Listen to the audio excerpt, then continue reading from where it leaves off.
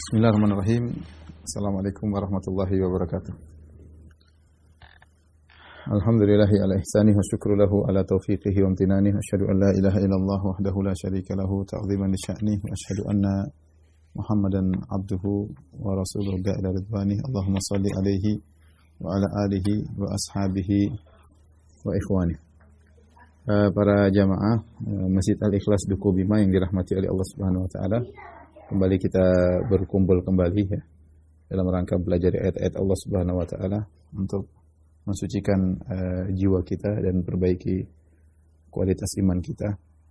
Dan kita masih bersambung menceritakan tentang kisah para nabi ya dalam surat Al-A'raf, mulai dari Nabi Nuh, kemudian Nabi Hud, kemudian Nabi Saleh, kemudian Nabi Lut. Sekarang kita masuk pada Nabi Syuaib.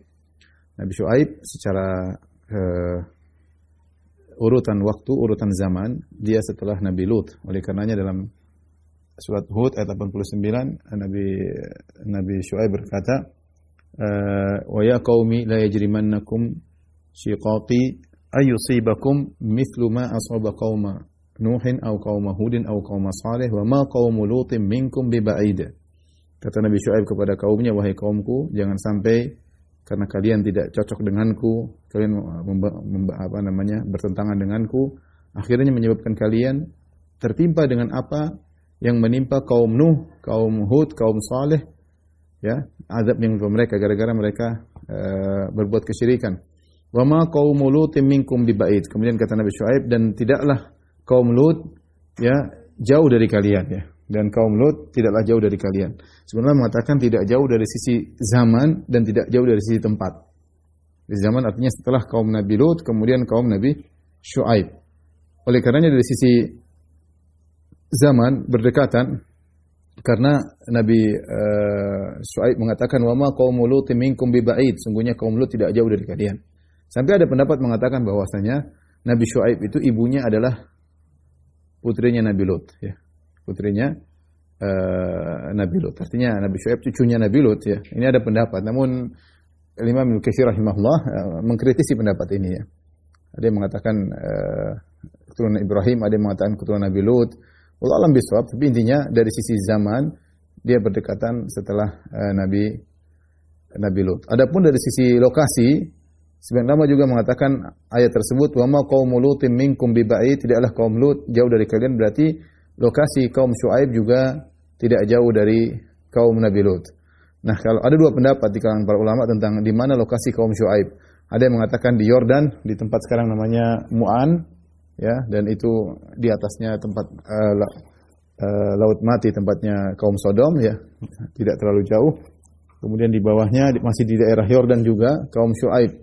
Dan pertama, pendapat yang kedua mengatakan kaum Syuaib adalah di suatu daerah namanya Al-Bada, ya, yaitu di daerah Arab Saudi dekat Tabuk ya. Tapi intinya masih daerah sekitar situ. Masih daerah sekitar situ. Dan Nabi Syuaib adalah datang dalam satu riwayat salah satu dari 4 nabi yang berbangsa Arab ya, yaitu Nabi Hud, Nabi Saleh, Nabi Syuaib, kemudian juga Nabi Muhammad sallallahu alaihi wasallam. Dari sini kita tahu bahwasanya kesalahan sebagian orang yang menyangka bahwasanya lelaki yang menikahkan putrinya dengan Nabi Musa di negeri Madian adalah Nabi Syuaib. Ini diantara kesalahan ya. Diingatkan oleh para ulama. Kenapa? Karena zamannya jauh. Zamannya sangat jauh berbeda. Zaman Nabi Musa itu jauh di bawah ya.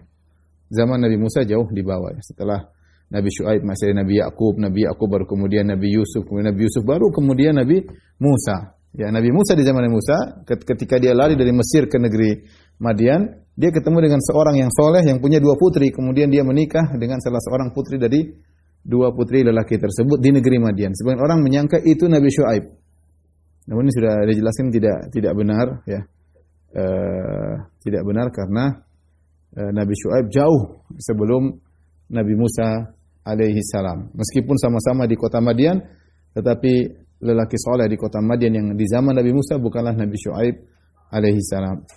Baik, kita masuk pembahasan dalam firman Allah Subhanahu wa taala.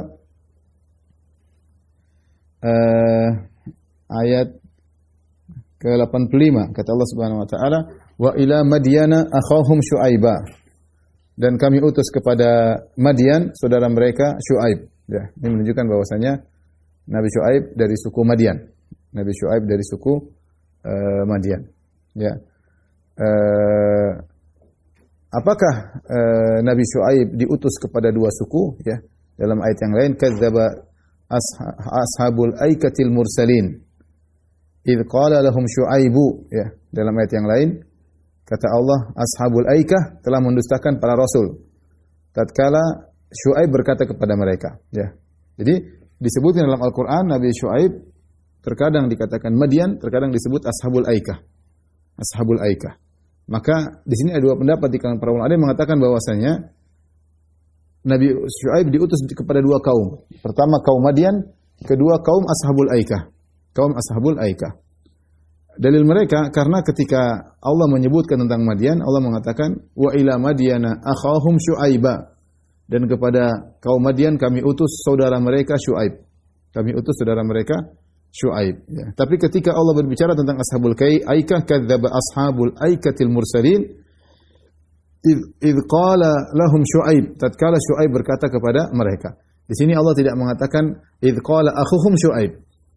Tatkala saudara mereka Syuaib berkata kepada ashabul aikah. Seakan-akan Syuaib dari suku Madian, tapi dia diutus kepada Madian dan dia diutus juga kepada ashabul aikah. Ini pendapat pertama di kalangan para ahli tafsir. Pendapat kedua mengatakan bahwasanya Madian itu juga ashabul aikah. Madian ditinjau dari sukunya, ashabul aikah ditinjau dari sesembahan mereka. Mereka menyembah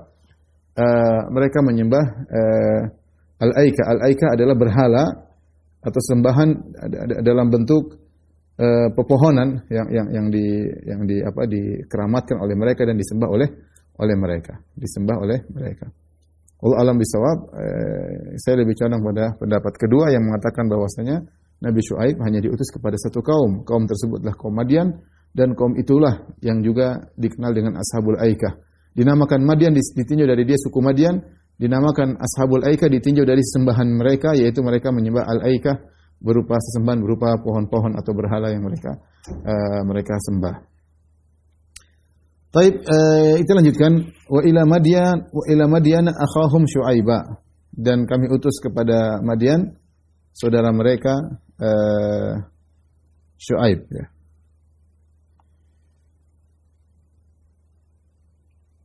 Qala ya qaumi ibudullaha ma lakum min ilahin ghairuh. Apa yang disuruhkan oleh Nabi Syuaib sama tauhid.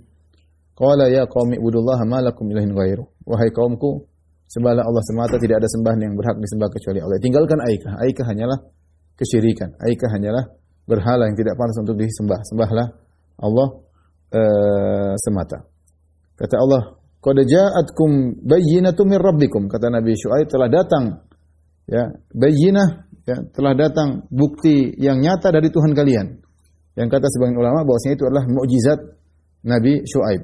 Apa mukjizat Nabi Syuaib?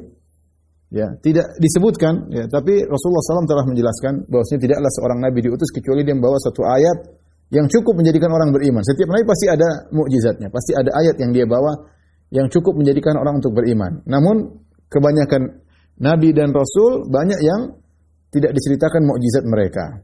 Tidak disebutkan cerita tentang mukjizat mereka, ya. Ya. Tetapi setiap nabi pasti membawa bayyinah, pasti membawa mukjizat yang cukup menjadikan orang-orang beriman dengan mukjizat tersebut. Namun dalam Al-Quran tidak disebutkan apa mukjizatnya Nabi Syuaib, tidak disebutkan. Nabi Syuaib hanya berkata, qad ja'atkum bayyinatun min rabbikum, telah datang bukti yang nyata dari Rabb kalian. Setelah dia memperingatkan tentang kesyirikan, dia ingatkan bahwasanya dia punya mukjizat, ya. Kemudian Nabi Syuaib berkata, fa'auful kaila wal mizan. Maka fa'auful kaila wal mizan, sempurnakanlah takaran dan timbangan. Al-kail maksudnya al-mikyal, yaitu volume, ya, takaran. Al-mizan maksudnya timbangan. Ini menunjukkan bahwasanya mereka selain berbuat kesyirikan, mereka juga berbuat kezaliman kepada masyarakat. Di antaranya mereka menjual barang baik yang ditimbang maupun yang ditakar dengan dikurangi. Mereka melakukan tatfif atau pengurangan takaran atau pengurangan timbangan, ya. Ini mereka lakukan. Kemudian kata Nabi Syuaib, wala tabkhasun nasa asya'ahum, dan janganlah kalian mengurangi apa namanya? Janganlah kalian kurangkan bagi manusia barang-barang takaran dan timbangannya. Jangan mengurangi hak mereka. Jangan ambil hak mereka. Wala tabkhasun nasa asya'ahum, yaitu jangan kurangi hak-hak mereka. Ya. Wala tufsidu fil ardi ba'da islahiha, dan janganlah kalian melakukan kerusakan di atas muka bumi setelah diperbaiki bumi tersebut. Artinya setelah para rasul diutus menyampaikan kebenaran, menyampaikan tauhid, kalian melakukan kerusakan dengan melakukan kesyirikan dan melakukan kemaksiatan dan melakukan kezaliman. Ya, dengan melakukan kezaliman, dengan mengurangi hak-hak manusia. Dzalikum khairul lakum in kuntum mu'minin. Itu lebih baik bagi kalian jika kalian beriman. Jika kalian beriman, hendaknya kalian menunaikan takaran dan timbangan, ya, dan jangan mengurangi hak-hak masyarakat dan jangan bermaksiat. Itu lebih baik bagi kalian kalau kalian beriman. Ini dalil bahwasanya apa yang ditegur oleh Nabi Syuaib semuanya terlarang. Ya, Nabi Syuaib melarang mereka syirik, Nabi Syuaib melarang mereka mengurangi takaran, Nabi Syuaib melarang mereka untuk mengurangi timbangan, Nabi Syuaib melarang mereka untuk mengurangi hak-hak manusia. Ya. Nabi Syuaib melarang mereka untuk melakukan kemungkaran di atas muka bumi karena itu merusak. Ya. Ini semua menunjukkan larangan yang ditujukan kepada mereka banyak. Dan sebagaimana dijelaskan oleh para ulama bahwasanya al-kuffar mukhatabuna bi furu'i syariah, ya, bi usul syariah wa furu'i syariah, bahwasanya orang-orang kafir mereka juga diperintahkan untuk melakukan hal-hal yang diwajibkan oleh syariat. Ya. Mereka kafir, tetapi dalam agama Nabi Syuaib, itu agama Islam, tidak boleh berbuat syirik, tidak boleh mengurangi takaran, tidak boleh mengurangi timbangan, tidak boleh mengurangi hak manusia, tidak boleh berbuat kerusakan atau kemungkaran di atas muka bumi. Artinya mereka melakukan banyak kemaksiatan. Tentu berbeda antara seorang kafir yang melakukan 2 kemaksiatan dengan seorang kafir yang melakukan 20 kemaksiatan. Tingkatan mereka berbeda di neraka jahanam. Semakin banyak mereka melakukan kemaksiatan, maka semakin berat hukuman mereka di akhirat kelak. Makanya ketika dalam Al-Quran disebutkan penghuni surga bertanya kepada penghuni neraka, "Ma salakakum fi saqar?" Apa yang buat kalian masuk dalam neraka saqar? Qalu lam nakum minal musallin. Kami dulu tidak salat. Wa lam nakun nut'imul miskin. Kami dulu tidak memberi makan kepada fakir miskin. Wa kunna nakhudhu ma'al khaidin. Kami dahulu bersama orang yang suka mencela agama, ya. Wa kunna nukadzibu biyaumiddin, dan kami mendustakan hari kebangkitan. Jadi mereka punya dosa banyak, di antaranya mereka tidak salat, di antaranya mereka padahal mereka kafir. Tapi mereka ketika kafir tidak salat, ini termasuk dihukum. Jadi orang kafir zaman sekarang, mereka tidak salat, mereka tidak bayar zakat, mereka minum khamar, mereka ini semua menjadi beban penderitaan mereka di neraka kelak. Semakin banyak kemaksiatan yang mereka lakukan, semakin berat penderitaan mereka. Sampai penghuni neraka tadi mengatakan, walam nakun nut'imul miskin. Kami dulu tidak beri makan kepada fakir miskin, padahal mereka kafir. Jadi semua yang diwajibkan kepada umat Islam, diwajibkan juga kepada mereka. Saya ulangi, semua yang diwajibkan kepada umat Islam diwajibkan pada seluruh umat manusia. Hanya saja mereka kalau mau melaksanakan harus beriman dulu. Harus beriman dulu. Kalau mereka tidak beriman, mereka tetap dihukum semakin berat. Jadi semakin banyak maksiat yang mereka lakukan, semakin berat siksaannya di neraka jahanam. Di sini lihat Nabi Syuaib tidak hanya mengatakan kalian Islam dulu, tapi Nabi Syuaib langsung tegur seluruhnya, kalian jangan syirik, jangan ngurangi takaran, jangan ngurangi timbangan, jangan ngambil hak-hak manusia, ya, jangan melakukan kemungkaran, semuanya ditegur langsung. Ya.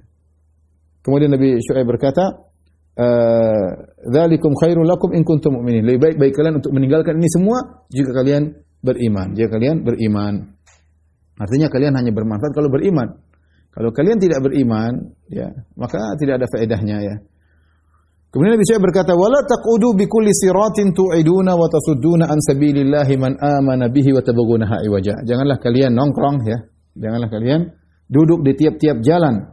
Tu'iduna, menakut-nakuti manusia yang lewat. Wa tasudduna an sabilillah, dan kalian menghalangi orang-orang dari jalan Allah. Man amana bihi wa tabghunaha iwaja, dan kalian ingin syariat menjadi bengkok, ya. Ini ada kemaksiatan yang mereka lakukan, ya. Ada khilaf di kalangan para ulama apa saja maksiat yang mereka lakukan, ya. Allah mengatakan, wala taq'udu bi kulli siratin tu'iduna wa tasudduna an sabilillah Man amana wa tabghunaha iwaja. Man amana tabghunaha iwaja.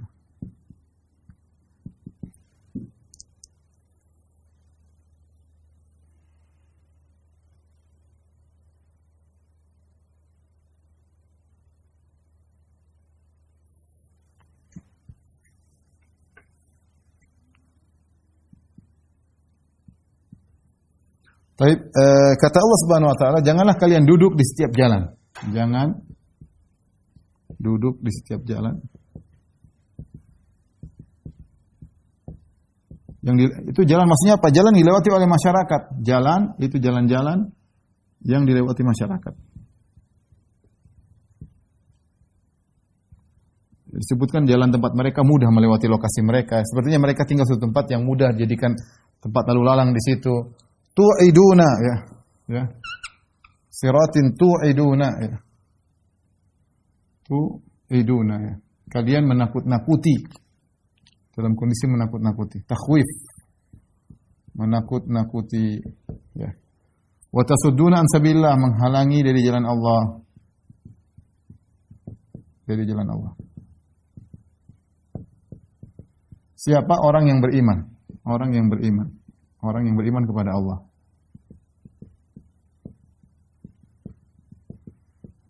Wa tabghunaha iwaja, dan kalian ingin jalan Allah bengkok. Ini menjelaskan tentang dosa-dosa yang mereka lakukan, kemungkaran. Kemungkaran yang sudah disebutkan pada ayat sebelumnya. Kemungkaran sebelumnya. Tadi apa? Di antaranya berbuat syirik kepada Allah. Syirik menyembah Aikah. Menyembah berhala Al-Aikah, ya. Al-Aikah, ya. Kemudian di antaranya tadi mengurangi takaran dan timbangan, ya. Di antaranya tadi mengurangi hak-hak masyarakat.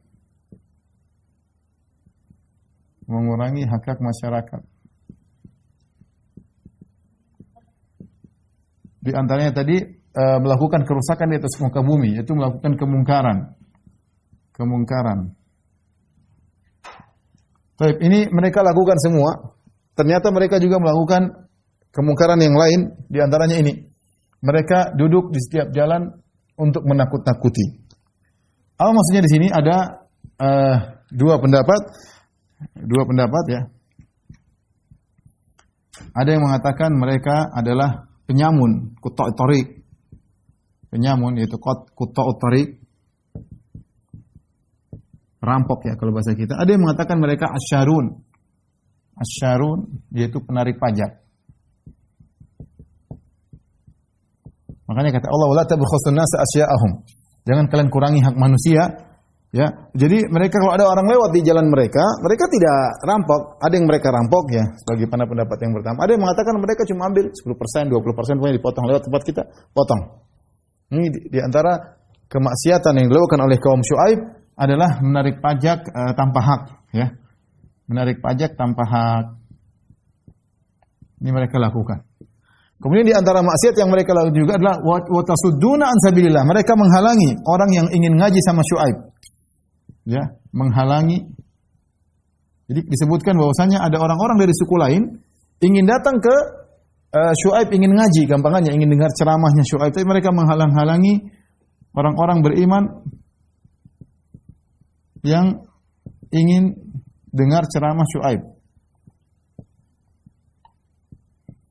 Syuaib alaihissalam, Nabi Syuaib alaihissalam, dalam sebagian riwayat, tapi riwayatnya dhaif, Nabi mengatakan khatibul anbiya. Nabi menggali dengan khatibul anbiya. Ahli khutbahnya para nabi. Namun riwayatnya lemah. Riwayatnya mursal ya. Tapi kalau kita baca tentang bagaimana diskusi Nabi Syuaib dengan kaumnya, menunjukkan dia pandai berdialog, pandai berdiskusi dengan mereka. Jadi sebenarnya dikatakan para ulama dia khatibul anbiya. Jadi kalau dia kasih ceramah menarik. Sehingga orang-orang dari luar ingin datang dengar ceramah dia. Nah ini kaumnya menghalangi, jangan ke Syuaib, tidak boleh. Jadi ngalangi orang ngaji dari dulu sudah ada sejak zaman kaum Nabi Syuaib. Ada orang ngalang-ngalangi ngaji, nggak boleh ngaji sana, nggak boleh ngaji sini. Ini sudah ada sejak zaman Nabi Syuaib ya. Siapa yang dihalangi? Orang-orang yang beriman kepada Allah. Kemudian kemaksiatan yang mereka lakukan berikutnya adalah wa tabghunaha iwaja. Kalian ingin jalan Allah jadi bengkok. Ini di antara tafsirannya, kalian menebarkan syubhat. Menebarkan syubhat, ya. Sehingga seakan-akan ajaran Syuaib bengkok, ya. Atau kebohongan, yaitu apa namanya? Merusak citra ajaran Syuaib alaihissalam. Inilah kelakuan mereka yang apa namanya, dosa-dosa yang dikumpulkan oleh kaum Syuaib. Kita hitung coba berapa. Pertama syirik, ini yang paling utama yang disebut oleh Nabi Syuaib, ini yang pertama. Kemudian yang kedua mengulangi takaran timbangan. Yang ketiga melakukan kemungkaran di atas muka bumi. Yang keempat mengurangi hak-hak masyarakat. Yang kelima menyamun. Yang keenam menarik pajak. Yang tujuh ngalangi orang pengajian. Yang kedelapan bikin syubhat, ya. Bikin syubhat untuk menghalangi orang dari jalan Allah Subhanahu wa taala, atau mengesankan jalan Allah itu bengkok. Dan sebagian orang kafir banyak membuat seperti itu, mengesankan Islam itu adalah teroris, Islam adalah ini. Padahal tidak demikian. Ada sebagian orang Islam yang teroris tapi tidak bisa dipukul rata, ya. Kebanyakan tidak demikian, segelintir kecil. Kemudian mereka ingin menjadikan ini yang mendominasi. Betul tidak benar, ya. Betapa banyak orang non muslim yang tinggal di negara Islam nyaman, tidak diintimidasi, tidak dianu. Ya, sebaliknya justru betapa banyak minoritas kaum muslimin yang kemudian diintimidasi di negara-negara non muslim. Inilah kesalahan-kesalahan kaum Syuaib.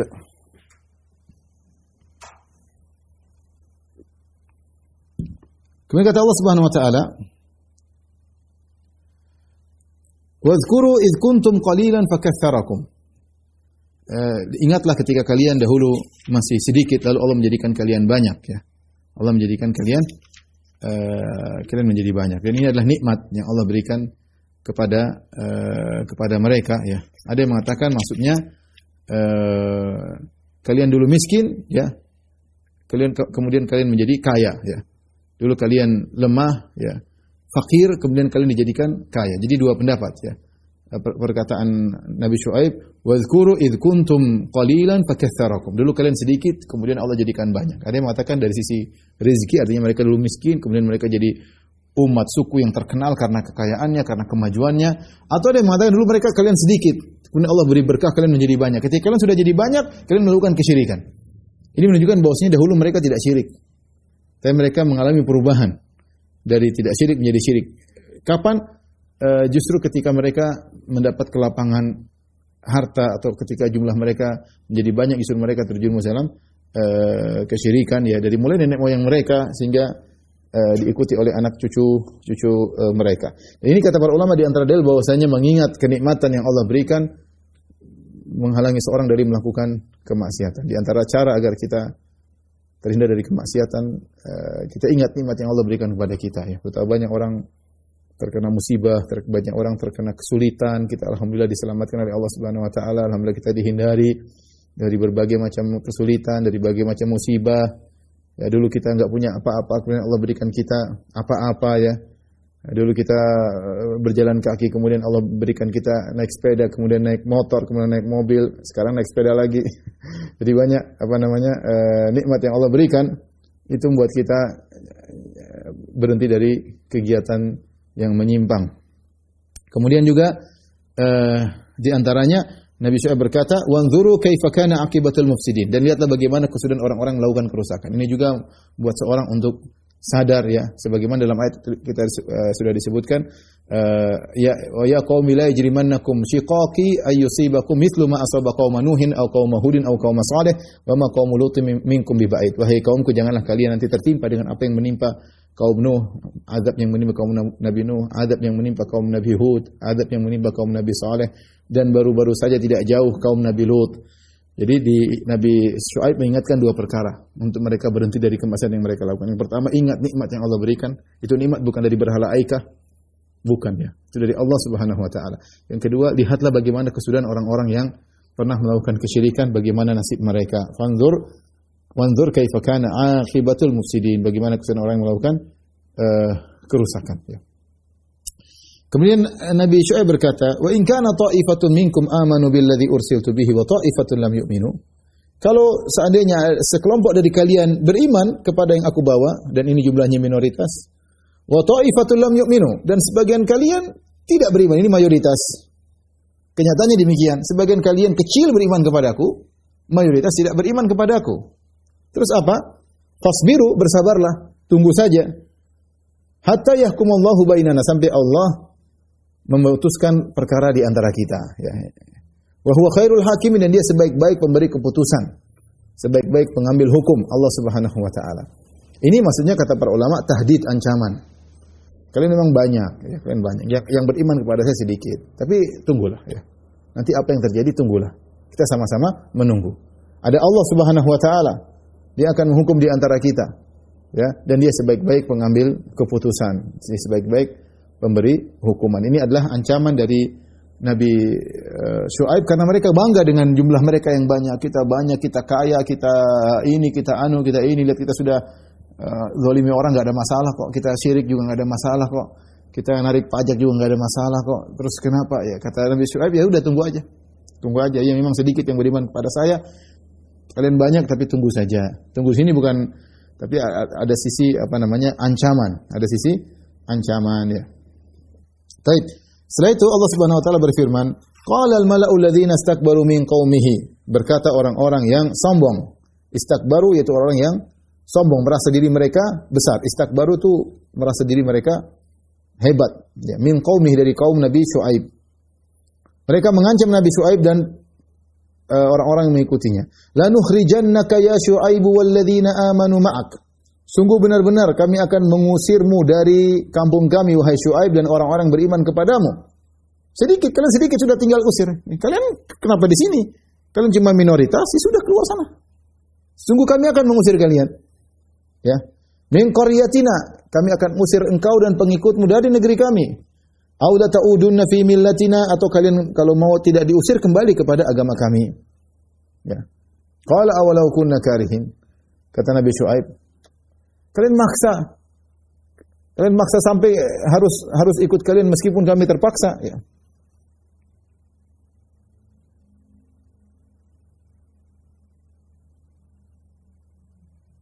Yaitu apakah kalian akan tetap mengusir kami meskipun kami tidak menyukainya ya, dipaksa.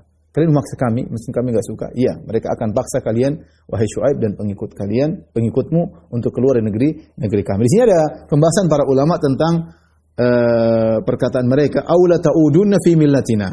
Kalau kalian tidak ingin diusir wahai Syuaib dan pengikutmu, kembalilah kepada kami. La ta'udunna fi millatina, kembalilah. Perkataan kembalilah, al-aud, seakan-akan Nabi Syuaib dan pengikutnya dulu musyrik, kemudian sadar, kemudian balik ya. Kemudian sadar masuk Islam, kemudian disuruh balik, sehingga mereka mengatakan kembalilah kepada agama kalian. Seakan-akan Nabi Syuaib dulu musyrik seperti mereka. Namun dibantah oleh para ulama, maksudnya bukan Syuaib, tapi pengikut-pengikut Syuaib dulu musyrik seperti mereka. Kemudian Nabi Syuaib mendakwah mereka, akhirnya mereka beriman, berislam kepada Allah Subhanahu wa taala. Makanya pengikutnya mengatakan, kalau kalian tidak ingin diusir, kembalilah kepada agama nenek moyang kalian. Kembali, karena kalian dulu seperti kami. Kecuali Syuaib tidak ya. Syuaib tidak. Ini salah satu penjelasan para ulama. Ya, karena yang dihadapi bukan Syuaib sendiri. Syuaib tidak pernah kafir. Syuaib tidak pernah musyrik. Ya. Tetapi ditinjau dari pengikutnya dulu musyrik seperti mereka.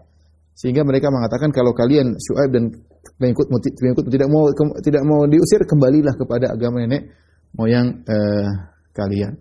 Kata Nabi Syuaib, qala awalau kunna karihin, kalian terpaksa kami untuk kembali kepada agama kalian. Ya, qad iftaraina 'ala Allahi kadziban in udina fi millatikum ba'da idz najjana Allahu minha.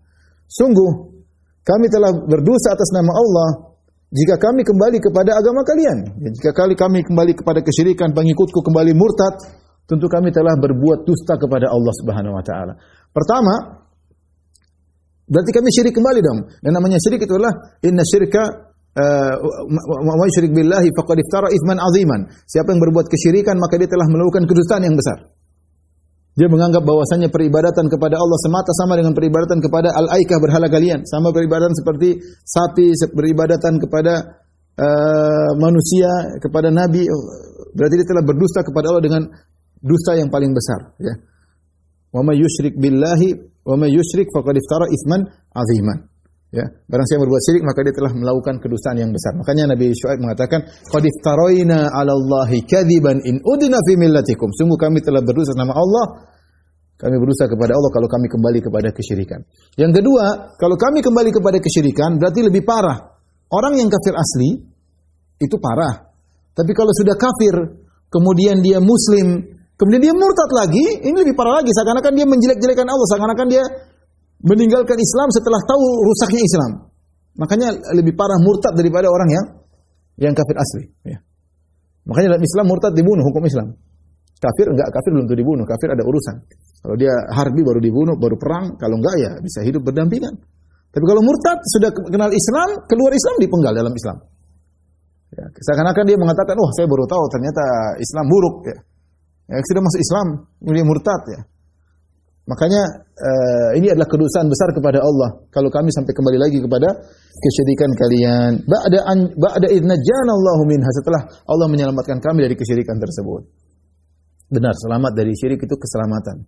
Seorang terlepas dari kesyirikan itu keselamatan. Lihat bagaimana Nabi Syuaib mengatakan, "Ba'da idz najjana Allahu minha." Allah telah menyelamatkan kami dari kesyirikan kalian. Ya. Karena kesyirikan itu penyakit, musibah berbahaya, musibah yang menyebabkan orang kekal dalam neraka jahanam. Ya, selamat dari musibah-musibah duniawi ada, tapi selamat dari kesyirikan itu benar-benar keselamatan. Ba'da idz najjana Allahu minha. Bagaimana kami mau kembali sementara Allah telah menyelamatkan kami?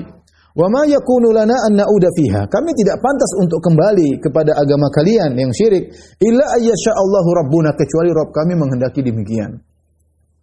Ini perkataan Nabi Syuaib yang menunjukkan dia tidak ujub dan dia tidak tahu masa depan. Dia serahkan urusan kepada Allah. Artinya dia mengatakan, ya kalau Allah berkehendak kita kembali kepada itu urusan Allah. Artinya dia tidak mengatakan, enggak mungkin kami kembali, enggak mungkin, enggak. Dia masih mengecualikan, dia mengatakan kecuali kalau Allah berkehendak lain. Ya, saya berkata, kami tidak mungkin kembali kepada agama kalian kecuali Allah mentakdirkan yang lain. Okay.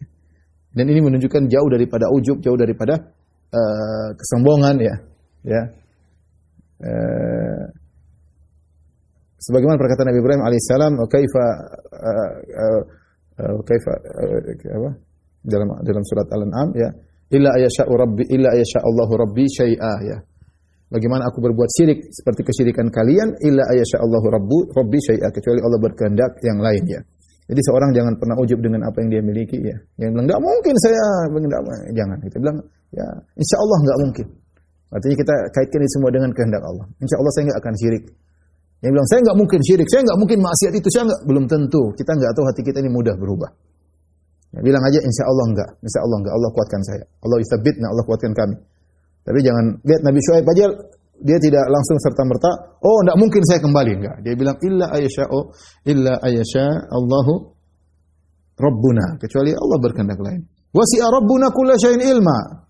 Rabb kami ilmunya meliputi segala sesuatu. Kami enggak tahu masa depan, kami enggak tahu bagaimana gerak-gerik hati kami enggak tahu apa yang Allah takdirkan, kami enggak tahu, ya. Kemudian beliau berkata, "Alallahi tawakkalna," kami bertawakal kepada Allah Subhanahu wa taala. "Rabbana iftah bainana wa baina qaumina bil haqq." Ya Allah, ya Tuhan kami, berilah keputusan antara kami dengan kaum kami dengan kebenaran. Wa anta khairul fatihin, dan engkau sebaik-baik pemberi keputusan. Sudah Nabi Syuaib minta kepada Allah karena mereka ngeyel. Ya sudah ya, kata Nabi Syuaib, ya Allah berilah keputusan antara kami dengan mereka, karena mereka memaksa. Kalau enggak mau diusir ya. Ini pemaksaan, sementara berat diusir dari kampung sendiri, ya berat. Nabi Syuaib bilang enggak, kita enggak akan kembali. Ya, berdoa kepada Allah, berilah keputusan kepada kami. Wa qala al-mala'u alladziina kafaru min qaumihi. Ketika mereka kalah debat dengan Syuaib, maka mereka provokasi kepada pengikut Nabi Syuaib. Kata Allah, wa qala alladziina kafaru min qaum, berkata orang kafir di antara kaum mereka. Seakan-akan ini tabaqah yang kedua, yaitu kelompok yang kedua. Jadi orang-orang kafir dari kalangan Nabi Syuaib ada dua, ada yang mustakbirun, Qala alladziina istakbaru, berkata orang yang sombong ini yang bos-bosnya, yang sombong luar biasa. Ada yang golongan kedua kafir.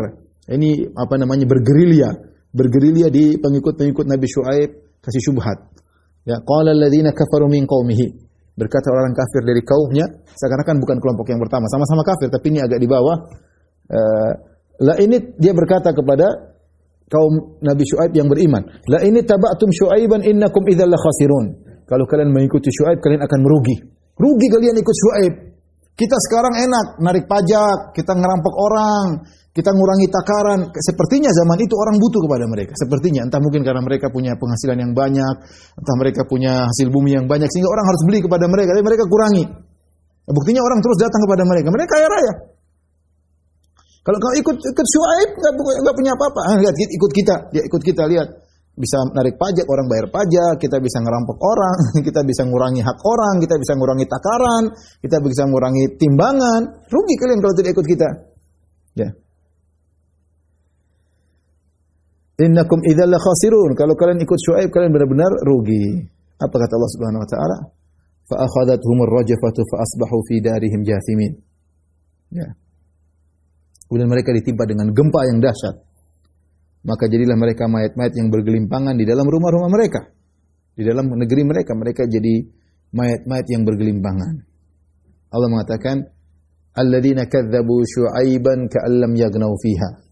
Dan orang-orang yang mendustakan Syuaib seolah-olah mereka belum pernah tinggal di kota tersebut. Disebutkan dalam sebagian ayat yang lain, mereka ditimpa dengan apa? Adzabu yaumidz-dzullah ya.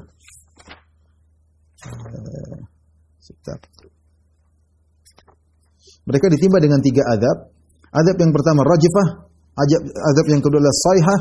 Sayhah itu apa namanya? Suara halilintar yang sangat dahsyat. Yang ketiga adalah fakadzabu fa akhadhahum adzabu yaumidz dhullah. Mereka ditimpa dengan azab pada hari awan yang gelap, ya. Disebutkan ketika mereka mau diazab, mereka ditimpa dengan panas yang luar biasa. Panas yang luar biasa. Sehingga mereka di rumah enggak kuat, mereka masuk di gua-gua tetap kepanasan. Hawa itu ada angin panas, pokoknya mereka gerah. Akhirnya mereka melihat awan dari kejauhan di luar kampung mereka. Maka mereka pun keluar menuju awan tersebut. Ternyata mereka kayak merasakan ada kesejukan, semuanya diajak keluar ke awan tersebut. Mereka berharap awan ini memberikan mereka naungan. Ketika mereka sudah kumpul di bawah awan tersebut, tiba-tiba gempa dari bawah, rajfah. Kemudian tiba-tiba suara yang dahsyat dan akhirnya mereka tewas ya. Ketika itu ada yang mengatakan terbakar, ada yang mengatakan mereka bergelimpangan, ada yang mengatakan turun api dari awan tersebut. Wallahu a'lam bishawab. Tetapi akibatnya mereka keluar dari kampung mereka dan seakan-akan tidak pernah tinggal di kampung mereka.